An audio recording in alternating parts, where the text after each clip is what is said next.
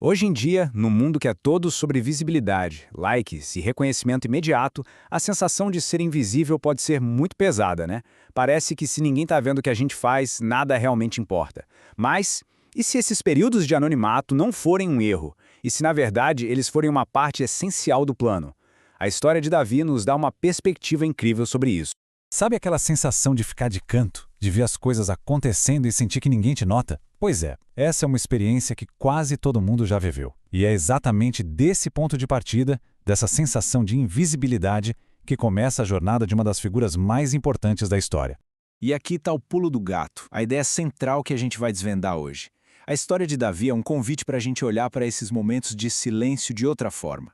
Não como um sinal de que fomos deixados de lado, mas como um tempo de preparo, um tempo fundamental para o que ainda está por vir. Então, vamos lá, vamos para o começo de tudo. Imagina a cena. O profeta Samuel chega na casa de Jessé para ungir o próximo rei de Israel. Um evento gigantesco, certo? Pois bem, o mais inacreditável é que a pessoa mais importante daquele evento nem foi chamada para a festa. Gente, pare e pensa no peso dessa frase.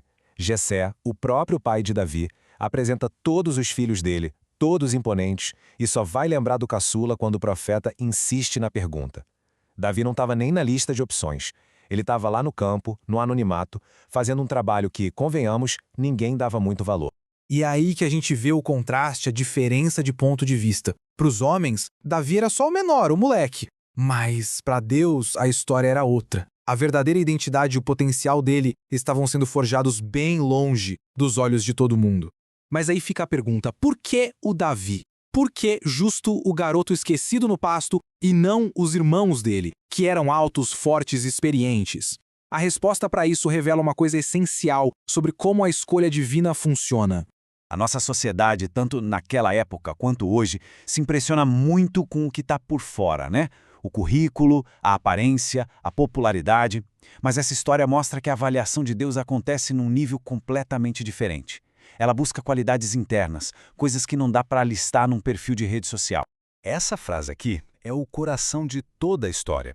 É a explicação que o próprio Deus dá a Samuel quando ele fica impressionado com o irmão mais velho de Davi. A questão não é altura, força ou experiência. O que importa de verdade é o que está dentro do coração. Ok, então se o coração era a chave, como é que o coração de Davi foi preparado? Aquele tempo todo no anonimato, lá no campo, não foi um tempo perdido, de braços cruzados. Na verdade, foi uma baita de uma escola intensiva.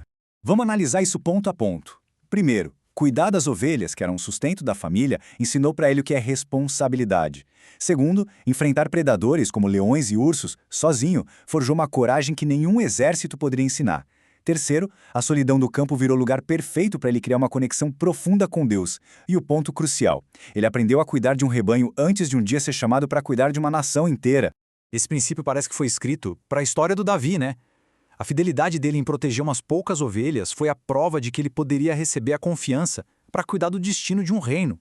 O caráter é testado nas pequenas coisas. Beleza? Então Davi é ungido. Uma cerimônia sagrada que diz que ele é o futuro rei. A promessa foi feita, ele vai direto para o trono, certo? Que nada, longe disso. A unção foi só o começo de um processo longo e muitas vezes bem doloroso. É só olhar essa linha do tempo para ver que o caminho não foi nem um pouco reto. Da unção, ele voltou para as ovelhas. Depois foi servir no palácio só para virar um fugitivo caçado pelo rei que ele deveria substituir. Anos se passaram entre a promessa e a posse do trono. E a lição aqui é muito clara. A unção aponta o destino, mas é o processo que desenvolve o caráter necessário para carregar esse destino. Deus pode até ungir num instante, mas a formação... essa geralmente é lenta, cheia de testes, de esperas e de dificuldades. E aí, depois de tudo isso, chega o grande momento. O teste público. Um gigante chamado Golias está desafiando uma nação inteira e ninguém, absolutamente ninguém, tem coragem de enfrentá-lo. É exatamente aqui que todo aquele treinamento secreto de Davi vem à tona. Davi vai lá e encara o gigante. E ele não é ingênuo. Ele reconhece o poder esmagador de Golias, sua força militar, as armas que estavam aterrorizando um exército inteiro. Ele vê a realidade da ameaça. Mas aqui vem a virada de chave. A confiança de Davi não vem da força dele, mas da identidade que ele forjou naqueles anos todos de intimidade com Deus lá no campo. A confiança dele não nasceu naquele momento. Ela foi apenas revelada para todo mundo ver. A derrota de Golias não foi um golpe de sorte. Foi o resultado direto das batalhas invisíveis que Davi já tinha vencido contra o leão e o urso. Foi a consequência de uma fé que foi testada e aprovada na solidão. E, finalmente, quando Davi assume o trono, a gente entende que não foi o destino ou o acaso, foi o resultado de um processo longo e árduo de formação de caráter. Cada passo, desde o campo até as cavernas, preparou-o para aquele momento. Então, o que a gente tira de tudo isso? As lições são bem claras e práticas. Ser fiel onde se está agora prepara para o futuro. Cuidar bem das pequenas responsabilidades é o melhor treinamento para as grandes. O processo, por mais longo que pareça, é indispensável. E o trabalho mais importante é sempre aquele feito no caráter, longe dos aplausos. E para a gente fechar, fica esta reflexão. A história de Davi sugere que existe um tempo e um propósito para cada estação da vida, incluindo a do anonimato.